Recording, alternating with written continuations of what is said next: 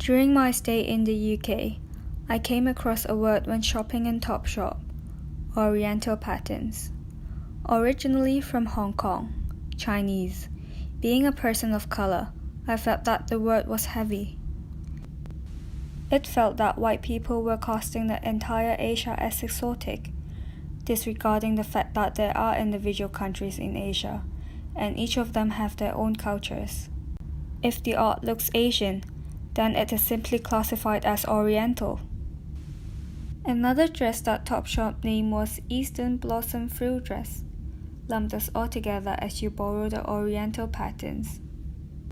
What is worse is the usage of my culture as a form of profit to designers who firstly are not Chinese, and secondly, they don't have any knowledge and history of qipao.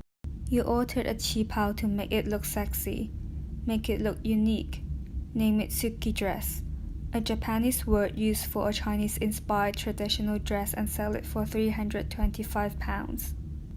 Where is the value given to my culture? For it to simply be subject to consumerism and cater to a white audience is parallel to colonial ideology. I am not able to wear my own traditional clothing because of the distorted meaning given by these designers.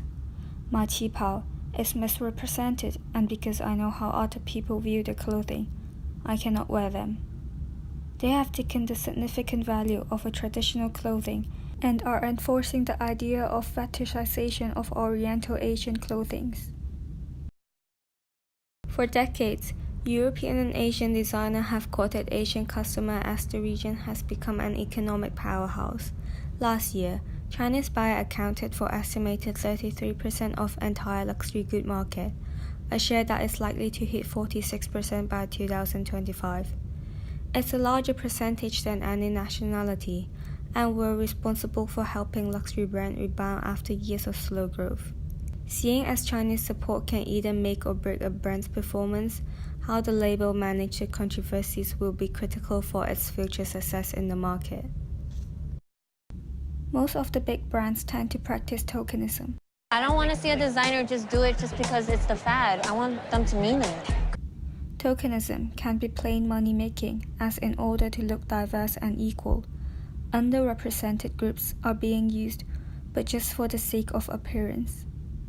In the name of diversity and inclusion, tokenism seems not that bad. But when we are not being valued, and there is no right understanding of our culture, then this needs to change. Dolce & Gabbana published a promotional video, DG Loves China, on the 19th of November 2019, for the first ever runway show in China. The campaign featured a Chinese woman struggling to eat Italian food with chopsticks, looked like an engineer who has limited experience with pasta. The woman in the ad wears a sparkly red Western-style dress rather than a traditional Chinese outfit, like a qipao. The not-so-subtle message embedded in this video is that the Chinese woman embraced European fashion, but she is too uneducated, or perhaps too stupid, to really understand European culture. The narrative was spoken in a condescending way, describing chopsticks as stick-like utensils, saying Sicilian cannoli is too big for Asian. Whoever that can eat spaghetti successfully with chopsticks can receive a high score. I was infuriated by it, how the video portraying traditional culture is incorrect, lack of cultural awareness. Seeing the model struggling with chopsticks feels awkward. Chopsticks is the main utensil I grew up using, but that does not mean I don't know how to use a knife and fork. The campaign did not only make fun of Chinese not knowing how to eat Western food by teaching us how to use chopsticks for that, and on top of that, using chopsticks incorrectly. 我能要一双筷子吗？谢谢。Thank you. This is how I use chopstick. This promotion video is tokenism. The poster girl is Chinese for obvious reason, but are they using her other than a poster girl? Dolce & Gabbana is a big brand. They should think about campaigning ethnic values, rather than just showing that they are being diverse by adding a Chinese model and that's it. Where is the understanding of my culture? How are you portraying us? Chinese people are a big chunk of the market, but they are not being valued. Dolce & Gabbana's founders, Stefano Gabbana and Domenico Dolce, later released an apology video. They stared into the camera with sullen, serious face and speak in Italian, saying, "We have made mistake in interpreting your culture."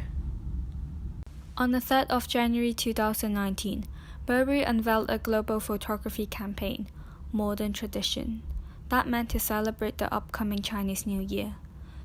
The images were produced by Ethan James Green, a talented American photographer who collaborated in the past with other luxury fashion houses.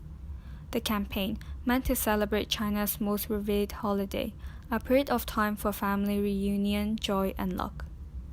Instead of celebrating with a joyful tone, the brand chose to create a creepy atmosphere that looks nothing like how a Chinese New Year is supposed to be.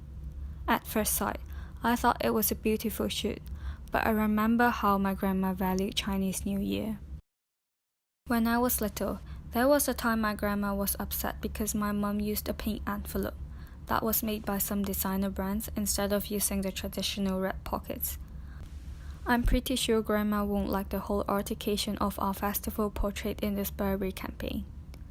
During the Chinese New Year, it is unacceptable to mention the word dead or anything related to create this word. The atmosphere of the campaign created is totally against our tradition. Burberry's photograph has a morbid tone that can be interpreted as dead rather than using a traditional celebratory theme. Do the brand really respect the culture by understanding the Chinese New Year? If they know how superstitious Chinese people are, will they still release this campaign? The overall response to Burberry has not been around racism, but instead that the company has missed the mark on the cultural reference, and instead have released an ad which clearly depicts that they lack knowledge of our traditions. These days, luxury brand Chinese New Year capsule editions are under close scrutiny by Chinese shoppers. Brands' lack of appreciation of authentic Chinese culture has recently caused trouble in the promotion of Chinese New Year products. The controversy surrounding this quirky campaign may not be beneficial to these brands. It seems that the fashion industry still hasn't gotten the memo that appropriating and mimicking Asian culture isn't a good idea to begin with.